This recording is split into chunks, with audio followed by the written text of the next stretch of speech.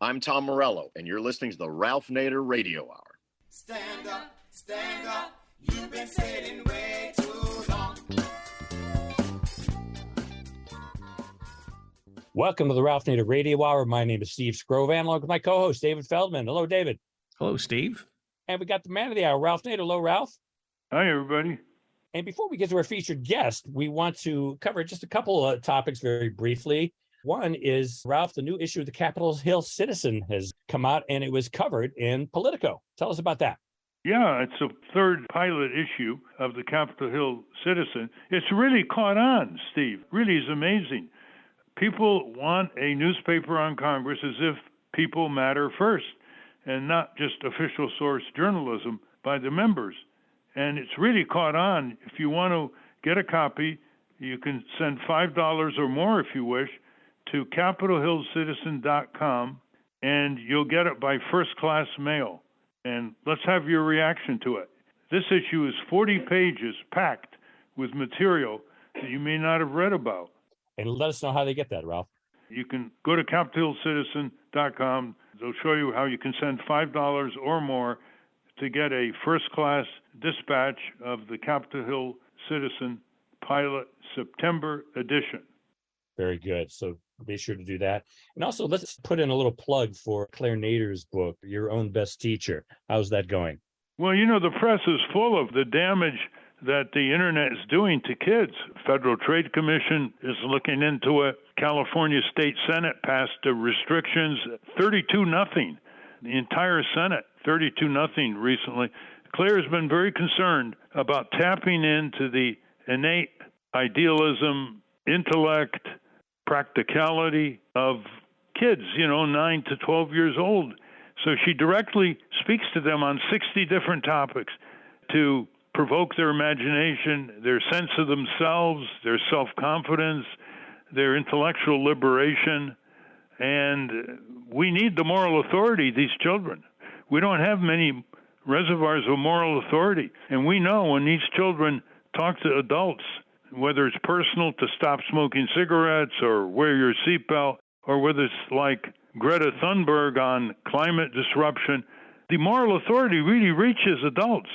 And we need to make sure that these kids are not sucked into 6-7 hours a day into the internet gulag and addicted to it and under the control of the Facebooks and Instagrams who are just merciless electronic child molesters.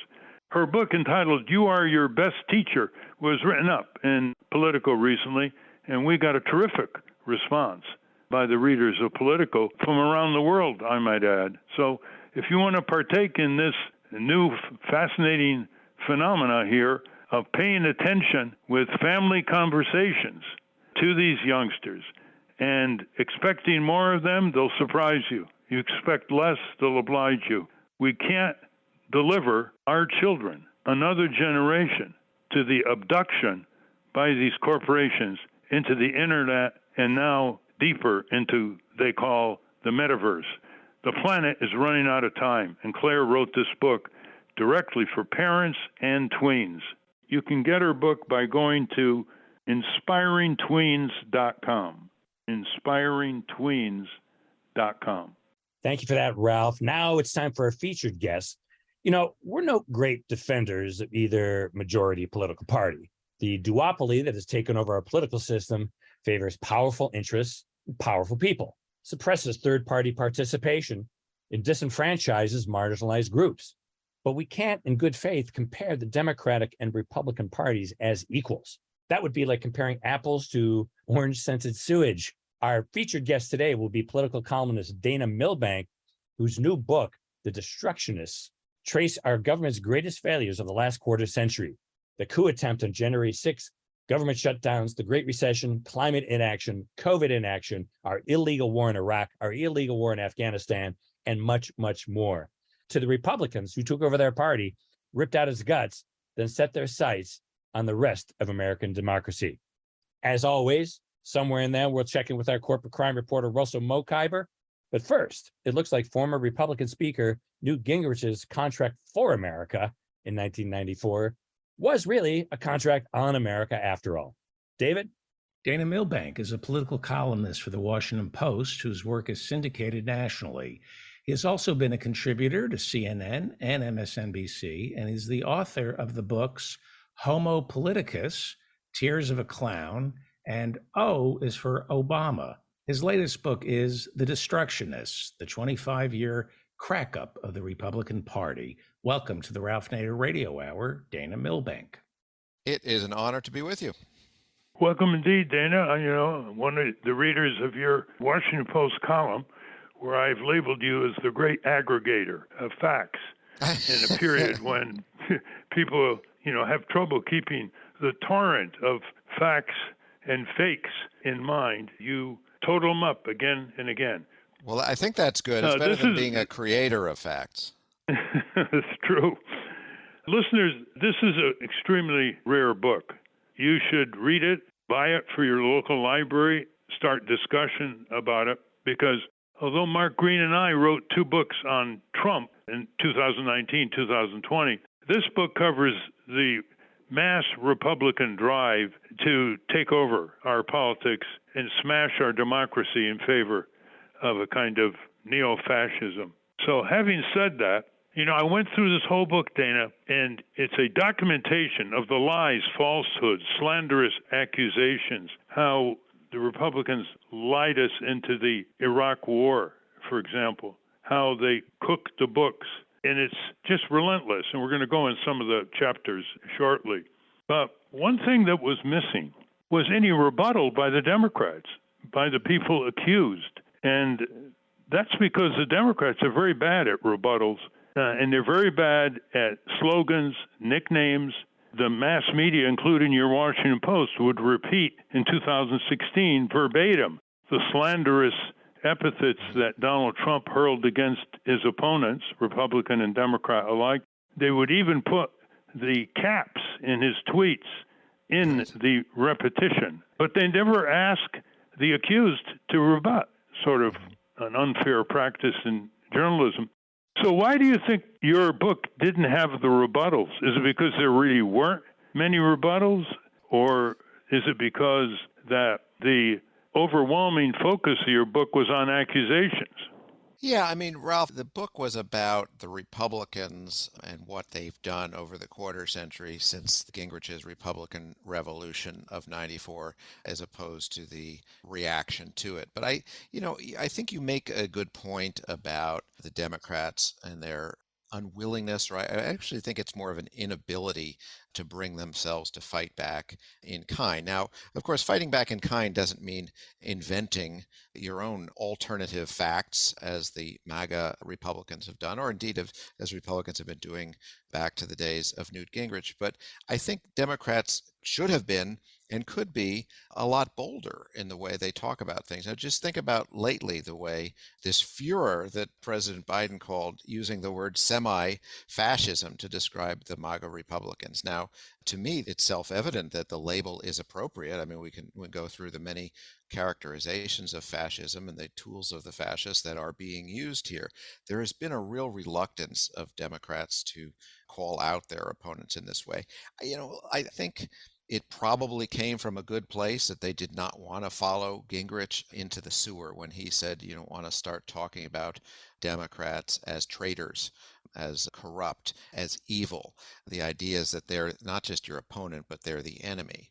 Now, of course, if we all start acting this way, then the battle's lost. The MAGA Republicans have won if we're all treating each other as traitors. But you can also, at the same time, you can strengthen your language and actually be accurate about what's happening. Well, throughout the book, I kept saying, how did these Republicans get away with this? They wouldn't have gotten away with this decades ago under FDR or Harry Truman. How did they get away with this? Lying, cheating, stealing, defaming, getting us into criminal wars of aggression, massive tax cuts for the rich, and so forth. And I came up with some answers, and I'd like your comment. One is the Democrats in 1979 started dialing for the same campaign dollars from commercial and corporate interests. The second is they were inadequate in terms of redistricting competition, especially in 2009, 2010, when the Republicans took them to the cleaners with a much higher energy level and gerrymandering by winning some state legislative seats to tip the balance, like in Pennsylvania. And the third is that the Democrats have abandoned whole areas of our country. How are you going to prevail if you're a Democratic Party in the Senate when you, in effect, give up on 5 states, which have 10 senators, and don't even compete? North Dakota, South Dakota, Wyoming, Idaho, Montana. There used to be Democratic senators, Utah, from those states. There's only one now, Tester, and they've just given up.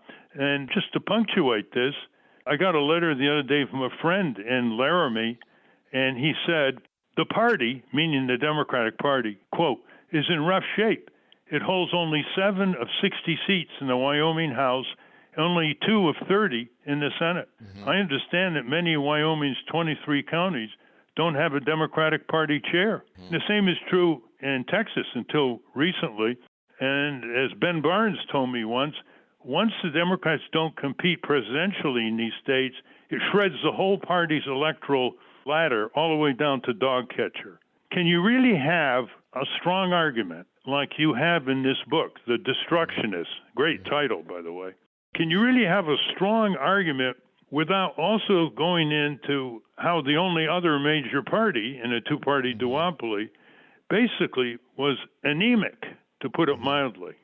Yeah, I think the redistricting point you make in particular is a strong one. I mean, look, there's a certain advantage. Rural states have now and always have had the advantage in our system. And, I think you mentioned Wyoming. I think that's the state, if you look at that, and if compare it to California, I think, I may have the statistics wrong here, but I think the average voter in Wyoming has more than 60 times the clout in the United States Senate as the average voter from California does. Now, that's just the way the framers wrote it. They didn't anticipate, of course, how our politics would look today. And another way it's developed organically is you have Democratic voters in urban areas in such supermajorities that this actually causes them to be underrepresented overall because of these supermajorities. But you're right that Democrats did not, they've done their own gerrymandering and still do it whenever possible, but they weren't traditionally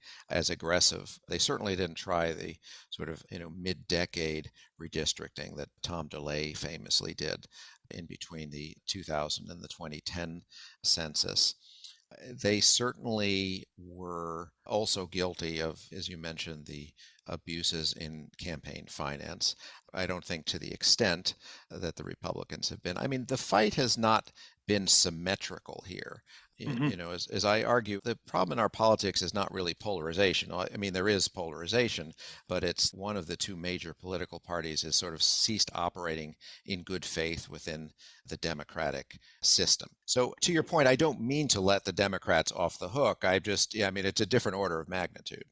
For sure, in both ways, the atrocities of the Republicans and the abilities of the Democrats. Yes, yeah. One other point, the Democrats have lost 2 presidential elections, 2000, 2016, where they won the national popular vote.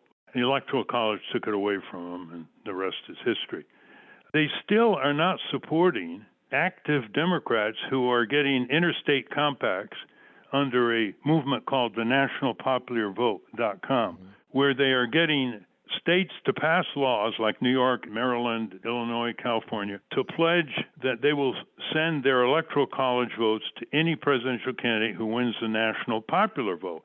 And they're almost up to 200 electoral votes.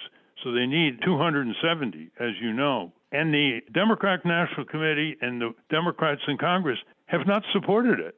They've lost 12 years of the presidency, 8 with Bush and 4 with Trump, having won the popular vote, and they will not go after the Electoral College in this interstate compact manner, which doesn't require a constitutional amendment. How do you see that one? Well, look, there are many reforms that could repair our system. But as I said a minute ago, they sort of rely on good faith participation by both of our major political parties, which we don't have. In order to get, I mean, correct me if I'm wrong, but in order to get to that 270, you're dealing with at least some states that have Republican legislatures and or Republican governors, and they're going in the other direction now. I mean, they're calling for a constitutional convention to rewrite the whole thing for the first time since 1789. And the Supreme Court looks to be on the verge of giving state legislatures the ability to completely disregard the will of the voters in elections. We may see that in the North Carolina case. So in many ways, the real progress is regress. It's going in the other direction. But, so that gets back to your first point. If Democrats could find a way to compete in more of these red states, they'd be able to advance things like this. But it seems, if anything, the MAGA crowd is going completely in the other direction. And of course, as you know, they are a minority party. The Republicans are a minority party, figuring they can rig the system, suppress the vote, purge the vote, gerrymander, use the Electoral College to win, even though they lose the national or even the state popular vote. You're a close observer, Dana, of politicians. Do you see a significant difference in energy levels between the Democrats and the Republicans? I don't see a difference in energy level. I certainly see a difference in tactics. There's a difference in emotion. I think you're seeing a lot more anger and rage on the right. In the short term here, if we're looking at, say, the midterm elections, they measure voter enthusiasm, how likely you are to vote. The Republicans had a real edge on that. That seems, since the Dobbs decision on abortion, a lot of these election deniers, getting the Republican nomination, that has turned around, and Democrats have pulled even, if not having a slight advantage in terms of enthusiasm. But if we're taking the lens out and, looking at broader sense of where we are in history, you are right that Republicans are a minority party. I think only once in the last 7 or 8 presidential elections did they actually win the popular vote. I think that was in 2004, and that was a bit of a special case because of the wars at the time. The whole philosophy of Trumpism is to frighten the white, largely male, largely non-college educated Americans, and to frighten them into thinking they are going to be replaced, great replacement theory, that they are going to be pushed aside, marginalized, even made to disappear by immigrants, by racial minorities. It's that fear, that paranoia really, that has been driving the MAGA voters to vote in disproportionately large numbers. So, if you look at the white evangelical Protestants, and again, I don't have the statistics in front of me, but they are something like 15 to 20% of the population, but they're another 10 percentage points more than that of the electorate. They're voting in extraordinarily high number, and that's because they are motivated by fear that has been stoked. So that's where the real difference is. It's in that emotion of fear, and that's a really hard one to counteract. And to add to that point you made, which is a good point, is when the Democrats moved more into identity politics and away from the New Deal economic agenda, which would have meant stronger union laws, universal health insurance, higher minimum wage, they lost a lot of the blue-collar workers because they weren't really competing with the old New Deal type agenda that was so successful electorally. We're speaking with Dana Milbank, the author of the best-selling book titled The Destructionists, the 25-year crack-up of the Republican Party is the subtitle. This book leaped to number 4 on the New York Times bestseller list, and its reviews have often started with Dana's accurate hypothesis. This really started with Newt Gingrich, the legislator from Georgia who overcame impossible odds and took over the Congress. And before we get into how you analyze his rise to power, Dana, I got to give you a little vignette. I was once on the corner of the Rayburn building with my materials ready to go up to the house, and a rumpled guy came running around the corner with files in his hands, and he said, Mr. Nader, I'm Newt Gingrich, and I want you to help me topple Jim Wright, who was the Democratic Speaker of the House. So I looked at him and I said, You're going to topple Jim Wright, the Speaker of the House? I mean, you don't even have much seniority, Mr. Gingrich. Well, he proceeded to surprise us, didn't he? You want to take it from there? He sure did. I didn't know that little footnote to history. But yeah, I mean, Gingrich came in, I think he was 78 when he was first elected, but he quickly pioneered this sort of slashing style of politics. And that is, they used the then new medium of C-SPAN. He used it to denounce Democrats on the floor of the House. Of course, the viewers watching at home didn't realize that the camera was just focused on the speaker, so you didn't know that the chamber was actually empty. So he denounced their patriotism and say, how do you respond to that, Democrats? And of course, there'd be no response since nobody was actually in the chamber. So Gingrich said, I think this was still in the 80s, that the problem with Republicans is they don't teach you to be nasty enough. And he fixed that in a hurry. And one of the ways, he went after Tip O'Neill first, and then he succeeded in bringing down Jim Wright, basically made an unending series of ethics allegations, which at least the original ethics allegations turned out to be unmerited, but it created a feeding frenzy. Just the constant barrage. Gingrich was able to generate press clippings, and he would hold up the press clippings as evidence that he was correct. Ironically, he was later found guilty and rebuked by the House for very similar ethics violations to the ones he accused Jim Wright of having. But it was it later became known as the politics of personal destruction. And, he became the number 2 Republican in the House because of his successful efforts to oust Jim Wright. He went after Wright's successor, Tom Foley, with actually sexual innuendo that was planted, really nasty personal stuff. And he forced Bob Michel, who was the House Republican leader all through the Reagan years, World War II veteran, very genial guy. Everybody liked him, and was quite effective when you consider he got much of Reagan's agenda through a Democratic House. But Gingrich's style, Bob Michel called it pyrotechnics. It was just constant attack. It was, war by other means. And, Gingrich... Well, they kept not taking him seriously. They thought he was a buffoon, that he couldn't use words like that and gain a constituency within his own party. Mm-hmm. On page 30 of your book, he had a memo called Language, a Key Mechanism of Control. And he encouraged, even demanded Republicans to speak words like, and he listed them, words against the Democrats like traitors, sick, corrupt, cheat, betray, lie, steal, greed, destroy, decay, failure, incompetent, bizarre, radical, selfish, shallow, hypocrisy, shape, pathetic, abuse of power, anti-flag, anti-family, anti-child, anti-jobs. And as you point out in the book, a great deal of his accusations actually were accusations that would have characterized his behavior, personal and political. So what are the techniques that he used to rise to power and beat Bill Clinton in the 1994 congressional elections, take over Congress, defund the critical Office of Technology Assessment, as you described, cut the staff of committees, and concentrate power in the hands of the Speaker of the House, a pattern that the Democrats unfortunately inherited and did not change to this day. Mm-hmm. Can you explain how, against all odds, I mean, who in the world in political Washington would have predicted that a guy like Newt Gingrich would have risen to the top?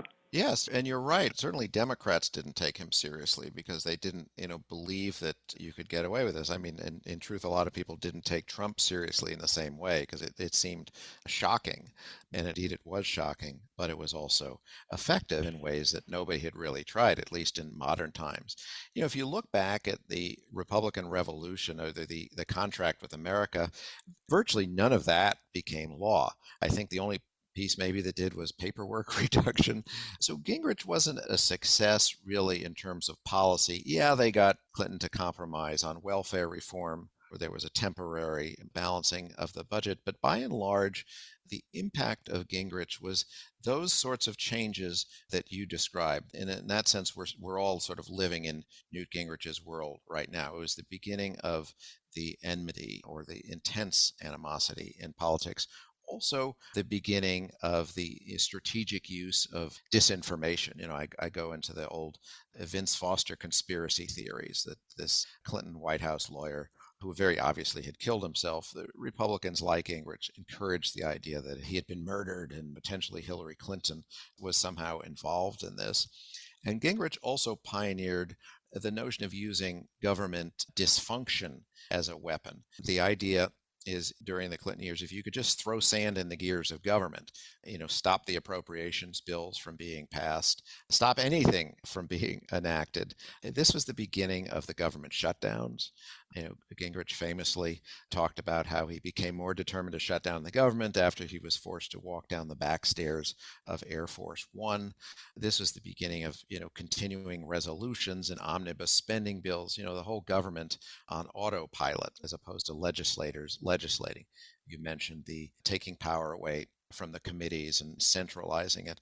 Also, the idea of sort of an anti-Washington, an early drain the swamp, if you will, but the idea of having lawmakers keep their families at home in their districts.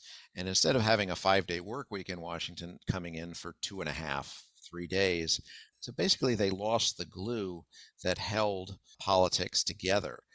The socialization, the ideas that your families, your spouses, your kids would know each other. It was much harder to demonize the opposition when you knew them as they were friends of yours and you knew that they disagreed with you, but they were loyal Americans. So Gingrich deprived us of that glue that held our politics together. And I think a lot of the unraveling we've seen since then, it can be traced right to that moment. It's really remarkable how much he taught Donald Trump. Trump was watching all this. He was a close observer. And he got the clues that you could do outrageous things. You could attack veterans and get away with it. You can attack people who have great reputations and besmirch them and get away with it, even though you're using lies and frauds. Mm-hmm. Just to make it very concrete, Dana, explain how the Republicans went after Senator Max Cleland and Congressman Murtha. Cleland from Georgia and Murtha from Pennsylvania. Yeah, and John Kerry, too, during the Swift boating of 2004.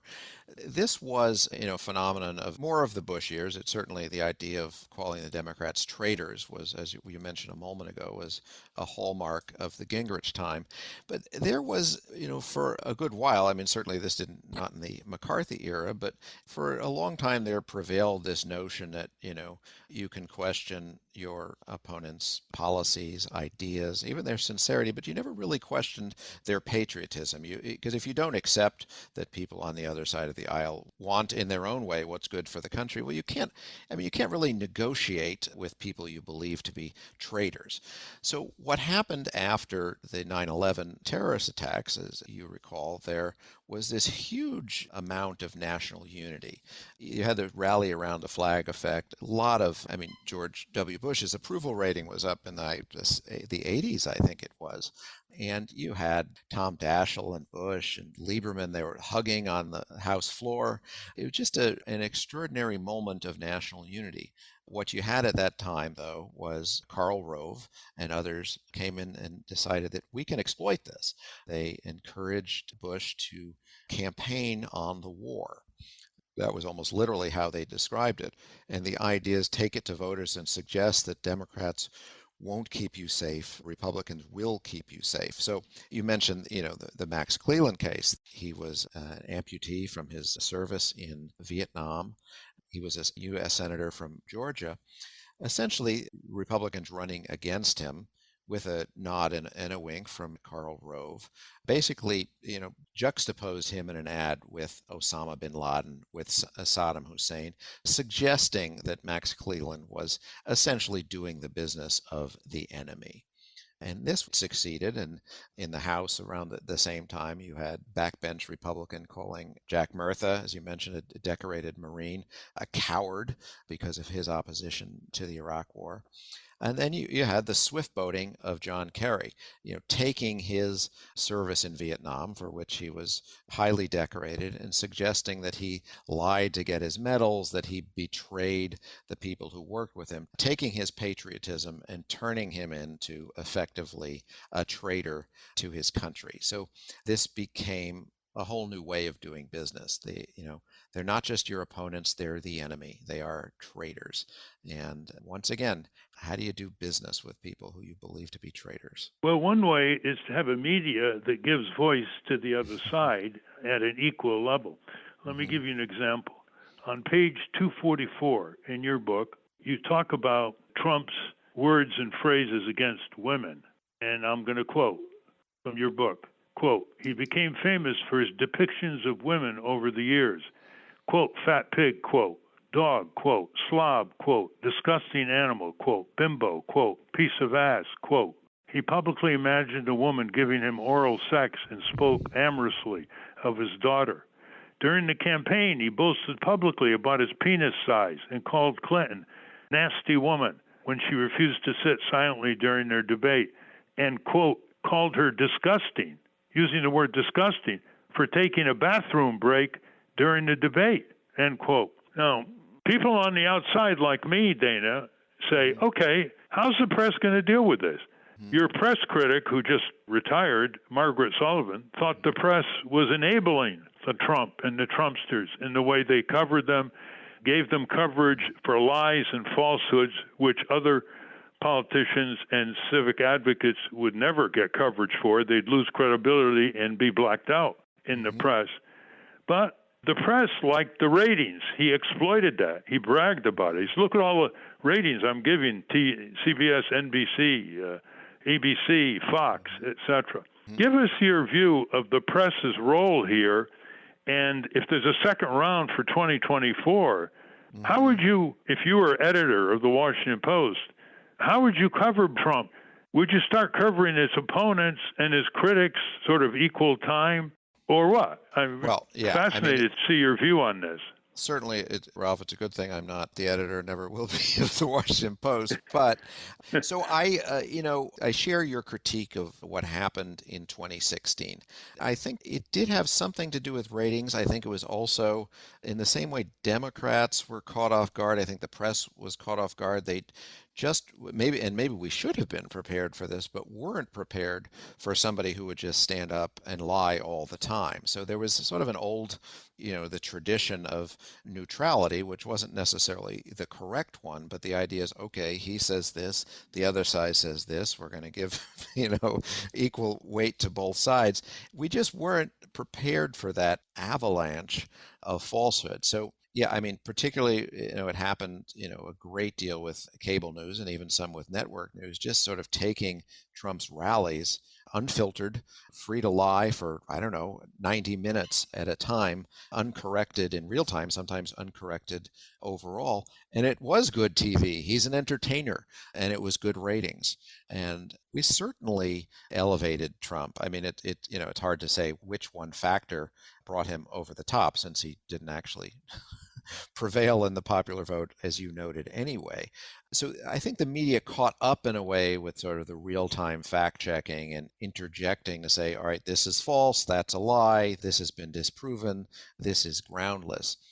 So I think the media have caught up to some extent, but there's another problem that's happening now, and this also goes back to the Gingrich days, but Trump in particular has been so successful at poisoning his supporters into believing that the media are the enemy of the people, using the Stalinist phrase, that his supporters trust information coming from him, not from the media, or to the extent they trust the media, they will trust Fox News or Breitbart News, which are essentially parroting the disinformation he puts out.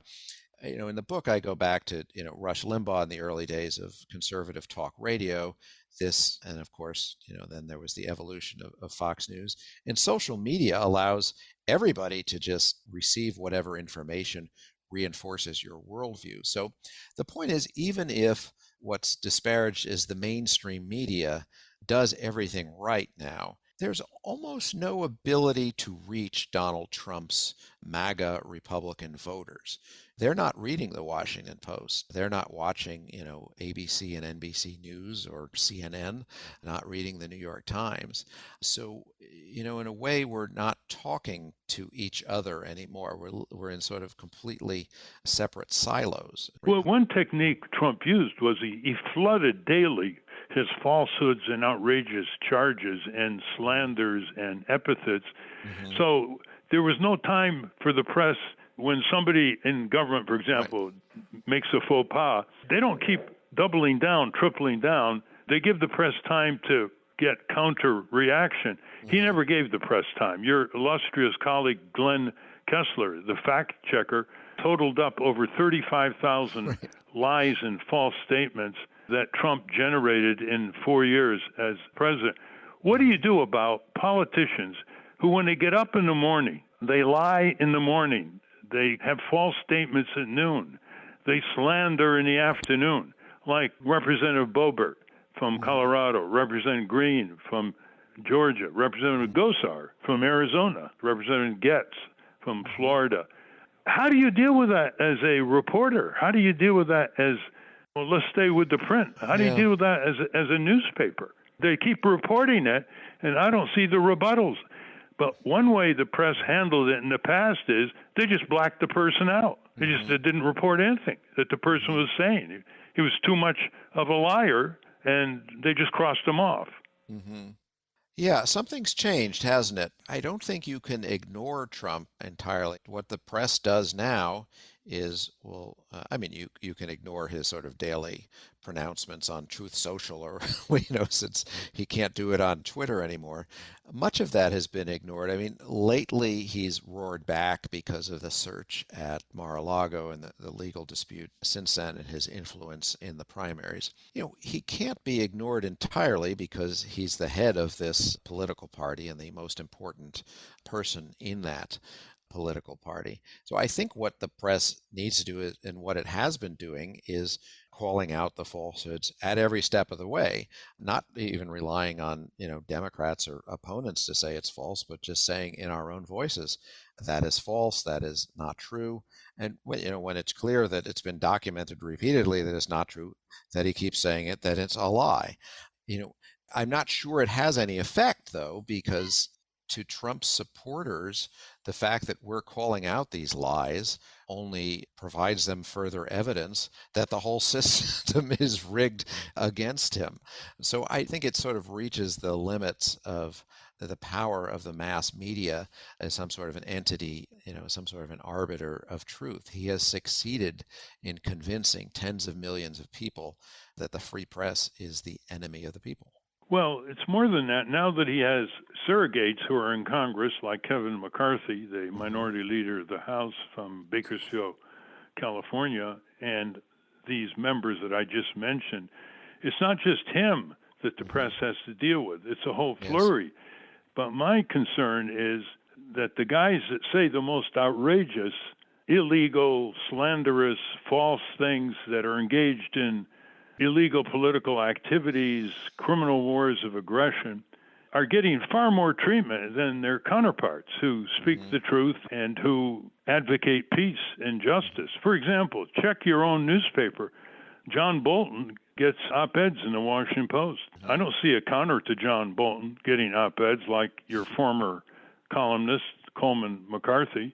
Paul Wolfowitz gets in the Times and the Post. One time, Bolton scored a doubleheader I've never heard of. He got an op-ed the same day on different topics in the New York Times and Washington Post. And the same with Pompeo and all these people. The press has got to engage in a little introspection, wouldn't you say? Certainly, and always. I mean, what is amusing here, though, is you mentioned John Bolton. You and I tend to remember him as the, leading architect of war and of the Bush Doctrine. Right now, he's seen as, leading Trump critic. It's a very similar story with Dick Cheney. I found myself watching the ad he did for his daughter saying, "That's right, Dick." And I was like, in what world is it that I am, and I imagine you would be too, saying Dick Cheney is on the right side of this one. So, the traditional lines to some extent have changed. But, I certainly take your larger point that there's plenty, and I don't disagree generally, I think there's plenty of blame to give to the media, and there's a whole lot of criticism out there. I'm just, maybe it's a disagreement, maybe it's not, but I just feel like even if the media gets everything right now, it's almost of no use because there's another problem the media has When you write a letter to the editor of the Washington Post, you got to put your name on it. Mm-hmm. Social media introduced mass anonymity, which led to mass hate, all kinds of tweets. And I've been up on Capitol Hill the way you have too, Dana. I don't know whether you've asked these people. When I ask them, why don't they take Trump to task on his abuse of women? I actually wrote a letter to the women members of Congress detailing all this. And I went and delivered it office by office. And I got 3 reactions. One is, well, if we did anything, if we had a congressional hearing, after all, it's criminal to physically assault or abuse a woman. It wouldn't affect, he's like a Teflon, he gets away with it all. The other reaction was more unsettling. They said, you think we want him to unleash his forces of hate on social media against our family? We really don't need that.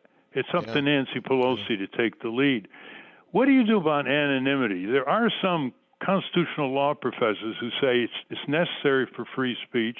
There are others who say that it can be excluded from the support for free speech, and they give their reasons. Yeah. But you see, that complicates the media's conundrum, doesn't it? Because it unleashes all kinds of pressure on people who try to say the truth. Yes, and I think that's basically the point that I was making before about even if we get things right in the media, we're not necessarily going to be effective at combating the problem here. And social media is a huge part of that. So, we in the legacy media are held to one standard, but of course, in a social media sphere, the companies there are not treated as publishers, as you know, and so are not subjected to the same standards that we are. Look, I'm not a lawyer, and I'm not very well versed in this part of the law. Do you see a replay of all this in the next few months and years going up to 2024? I mean, do you think that Trump is going to be deterred by any of the forces of law and order, public opinion, opposition by Democrats and Republicans? What's your view? I've given up on the whole crystal ball thing because, nothing follows the traditional patterns anymore. But I mean, just from where I stand now, I see nothing that is diminishing Donald Trump's hold over the Republican Party.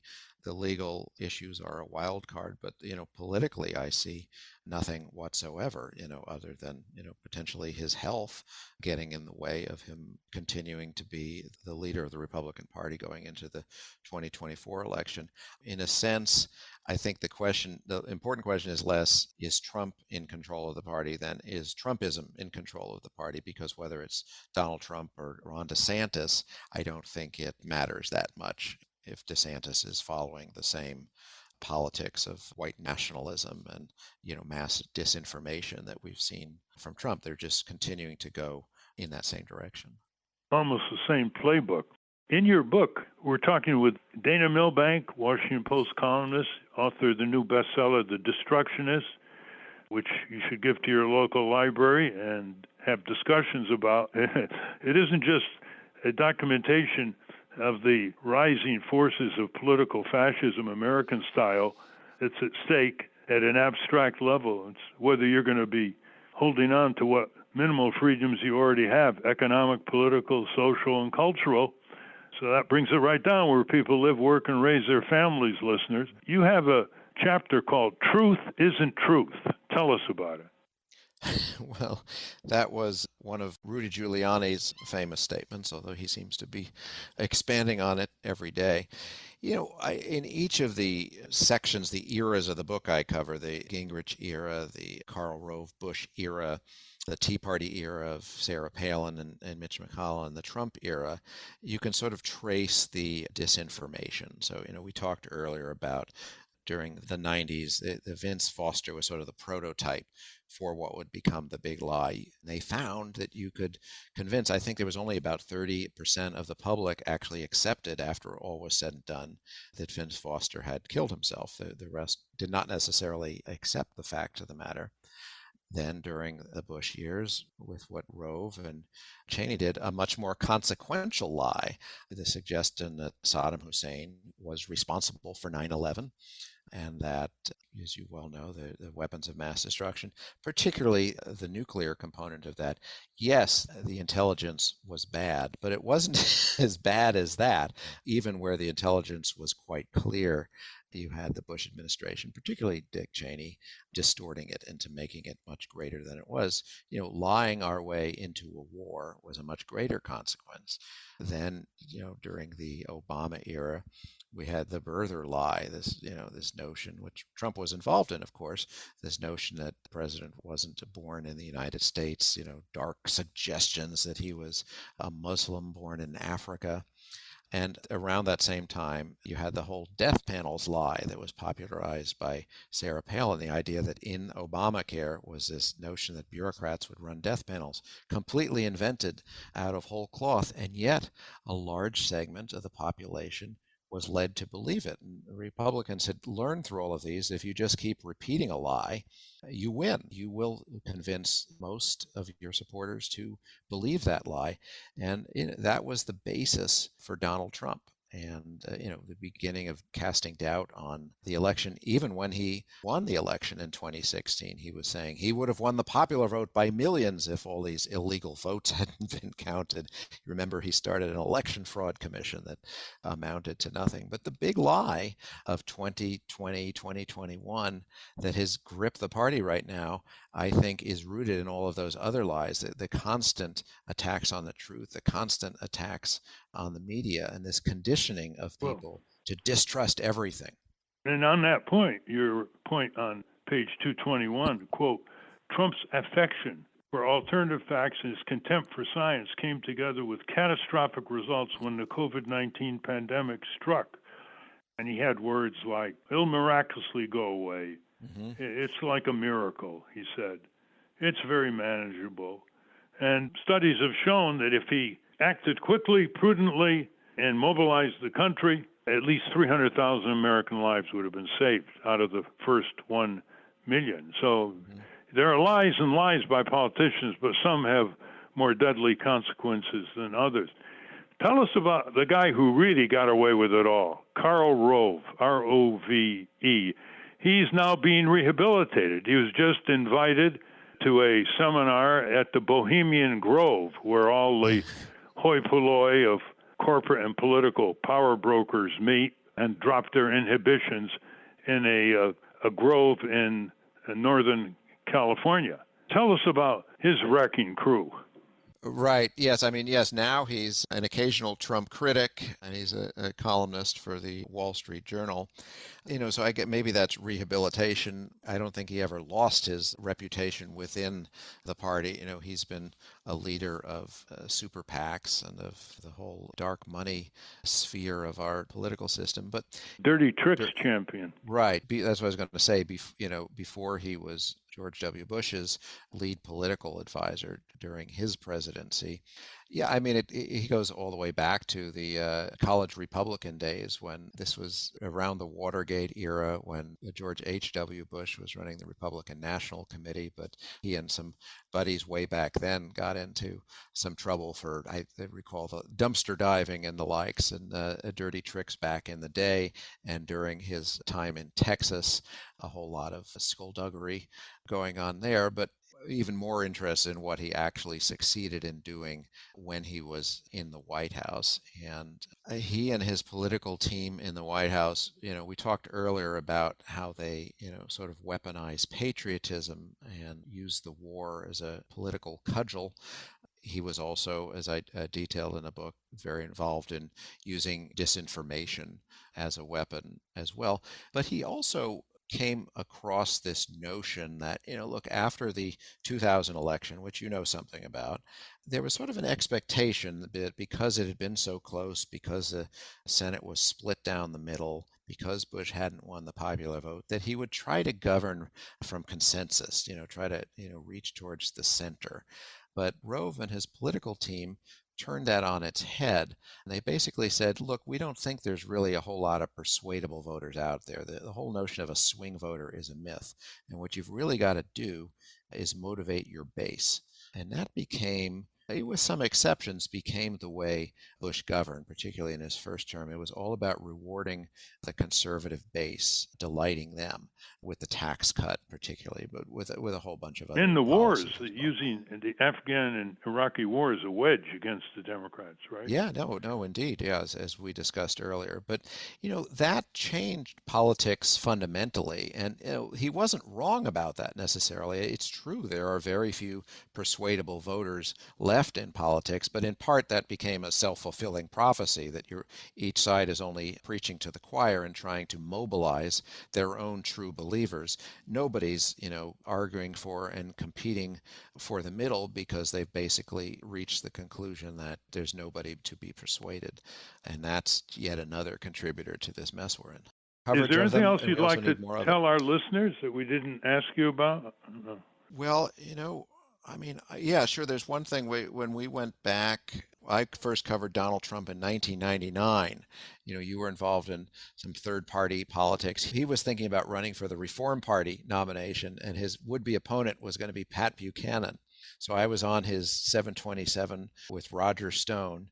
And back then, Donald Trump he wanted universal health care. He was pro-choice. He had been giving money to Democrats. And he was going on and on about the racism of Pat Buchanan and how we need tolerance. He went to the Simon Wiesenthal Center to preach tolerance in Los Angeles. And it just shows that Donald Trump is a charlatan. He wasn't ideological. He just held up a mirror to where this Republican Party was going.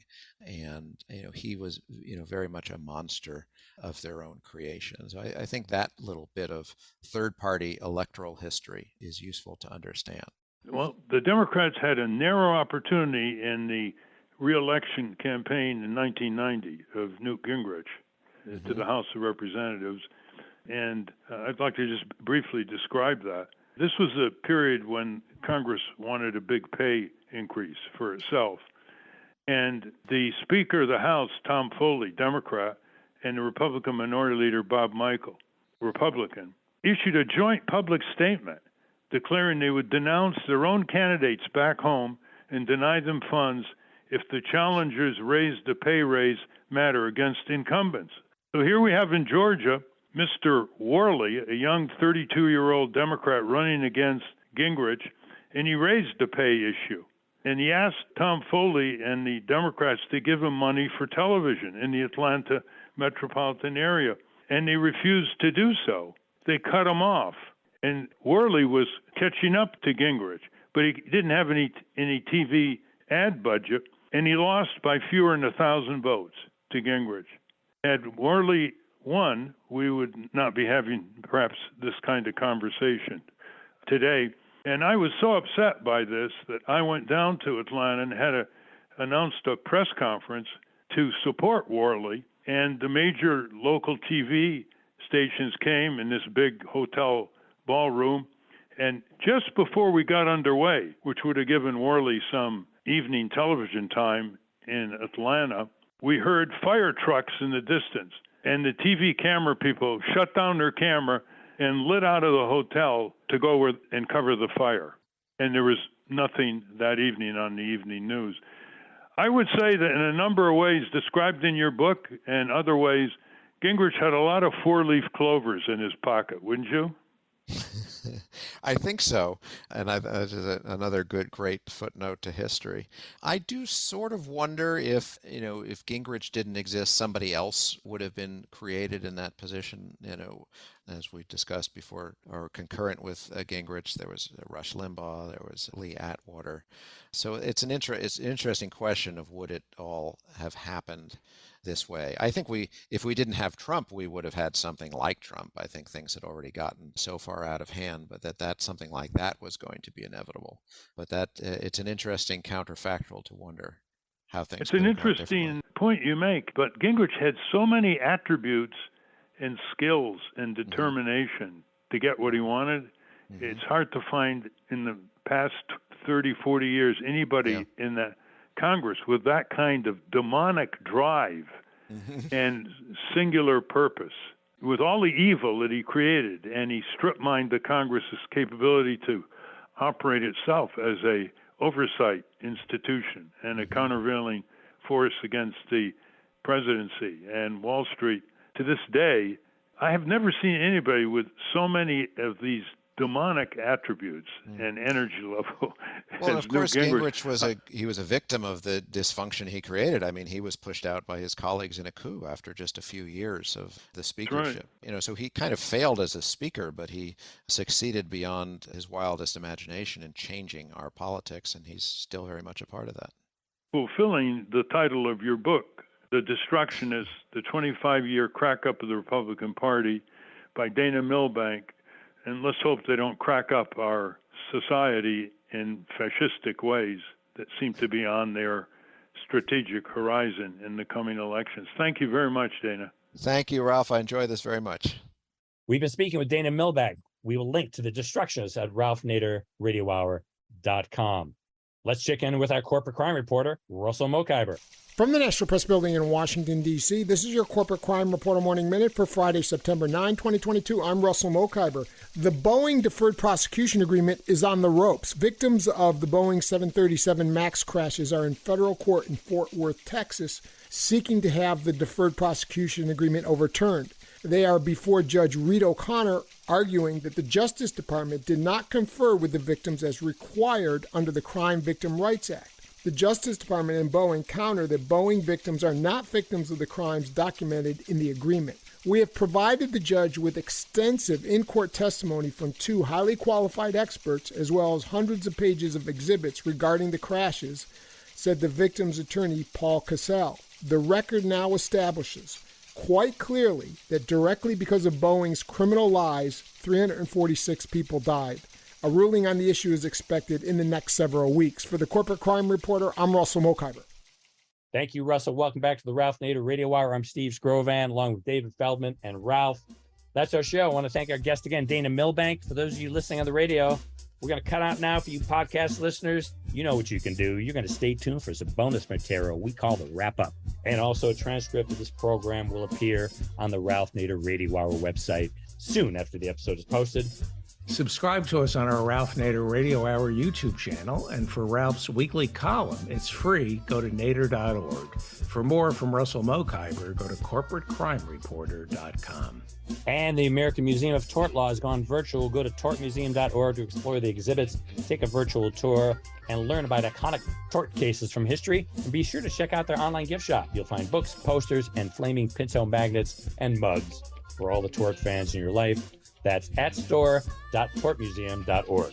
To order your copy of The Capitol Citizen, Democracy Dies in Broad Daylight, go to CapitolHillCitizen.com. The producers of the Ralph Nader Radio Hour are Jimmy Lee Wirt and Matthew Marin. Our executive producer is Alan Minsky. Our theme music, Stand Up, Rise Up, was written and performed by Kemp Harris. Our proofreader is Elizabeth Solomon. Our associate producer is Hannah Feldman. Our social media manager is Stephen Wendt. Join us next week on the Ralph Nader Radio Hour when our guest will be economist Michael Hudson, who will talk about the Federal Reserve and what else is going on with our economy. Thank you, Ralph.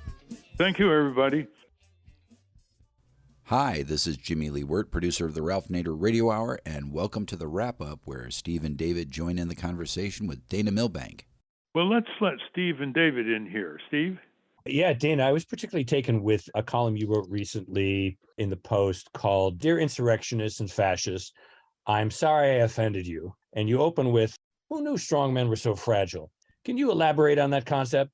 Well, at the beginning of this talk, we're noting that Biden had used the term semi-fascism to describe what the MAGA Republicans are doing. And so they've reacted with such hysteria that, oh my goodness, there's name calling going on here as if they've never been engaged in any such thing. Interestingly, people like Kevin McCarthy have tried to turn it into saying, not that Biden was talking about the techniques being used by Republican leaders such as McCarthy, but that he's going after you, the masses. He's saying you're a bunch of fascists. And I mean, of course, that is itself a fascist tool, the idea that you take on this powerful in-group and you say, you're the victims of this shadowy elite here, which is a classic fascist tool. So, yes, Exactly what Trump did in Wilkes-Barre the other day, Dana, when he said the Justice Department move against him is a move against all you Americans, all you people who want the privacy of your home. Yes. Yes, and that this notion they're coming after you. Nobody is safe. It's me now, it's you tomorrow. Yeah, it's a classic technique of making this powerful group feel as if they are the victims. So anyway, since they're feeling so victimized, I thought I would give them an apology, but the people will have to go read it for themselves. It might not have been 100% sincere. Really? We're looking for a column from you on the voters themselves. How does he get 73 million voters? Even though there are a lot of hereditary Republican voters who vote for anybody who is a Republican on the presidential ticket every 4 years, but somebody's got to start focusing on the voters. They're not doing their homework. They're letting emotion override their own self-interest back where they live and work. Well, I mean, they're human beings, and the tactics that are being used, the fear and the paranoia, are very, very powerful. So I know, people have said for a long time that, the Republicans voters are voting against their economic interests.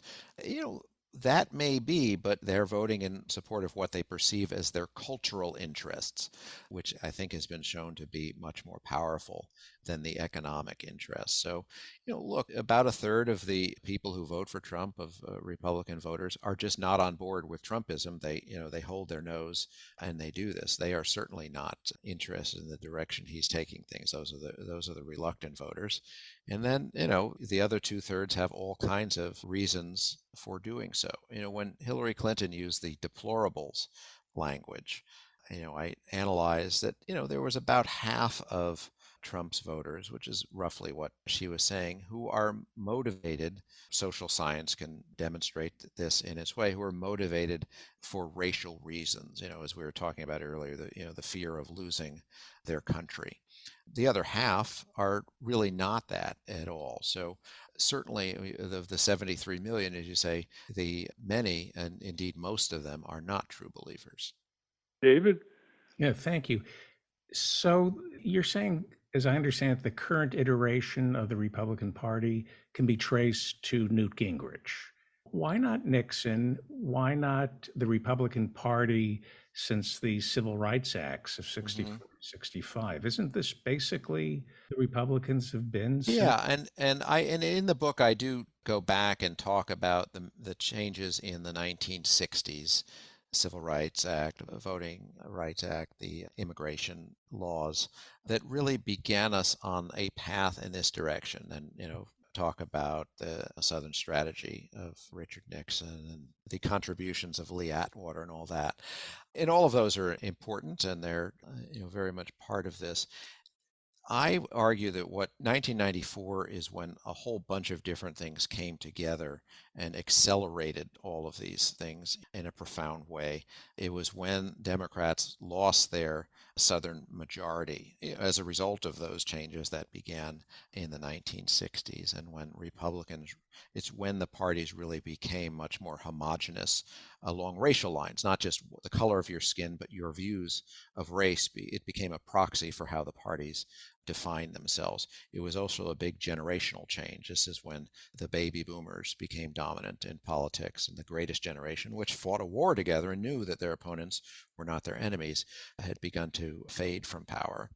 And as we've been discussing, this was also a whole beginning of the vitriol, of the deliberate dysfunction, and of the use of disinformation, inviting white nationalists into the tent, inviting the violent patriot movement into the tent. So I don't think it's at odds with, saying that, yes, there are all kinds of antecedents in the 1960s and the 70s and the 80s, but it was in 1994 that things really began to take off in the direction that defines our politics today.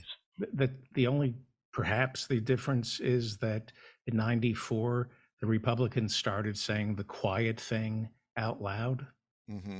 That's the only real difference, that Reagan would recognize this Republican Party, other than they're now saying the quiet. I mean, maybe in some ways he would recognize it. This Republican Party would not recognize Reagan. I mean, somebody who is for comprehensive immigration reform, somebody who raised taxes any number of times. I mean, so in terms of tactics, spoke vociferously against the idea of using the national debt as a hostage in negotiations. I mean, Ronald Reagan could not win a presidential primary in this Republican Party. I don't think there's any question about it. He may recognize pieces of it were he alive today, but to flip it around, this party would not recognize Ronald Reagan. Well, we're running out of time, Dana. I'd like to say one thing. I'd like to give you an opportunity to say something we didn't ask about, but I sure wish that the citizen groups who collaborated so well in the political and electoral arenas in the 60s and 70s to improve our country will get a fairer shake in the media. They seem to be viewed by political columnists as outside the political and electoral media, even though they often alerted the country early to the problems that later on were part of the political controversies of that time period. So, and that means that we have to broaden the arc of coverage when it comes to politics to include the civic community. Yes, and they have a also, lot to say. Yeah, and we also need to invigorate and reinvigorate that civic community, and we need the kind of citizen activism that you started or accelerated all those decades ago. And that's a wrap. Join us next week on the Ralph Nader Radio Hour when Ralph welcomes economist Michael Hudson to tell us about the true role of the Federal Reserve. Until next time. Stand up, you've been sitting way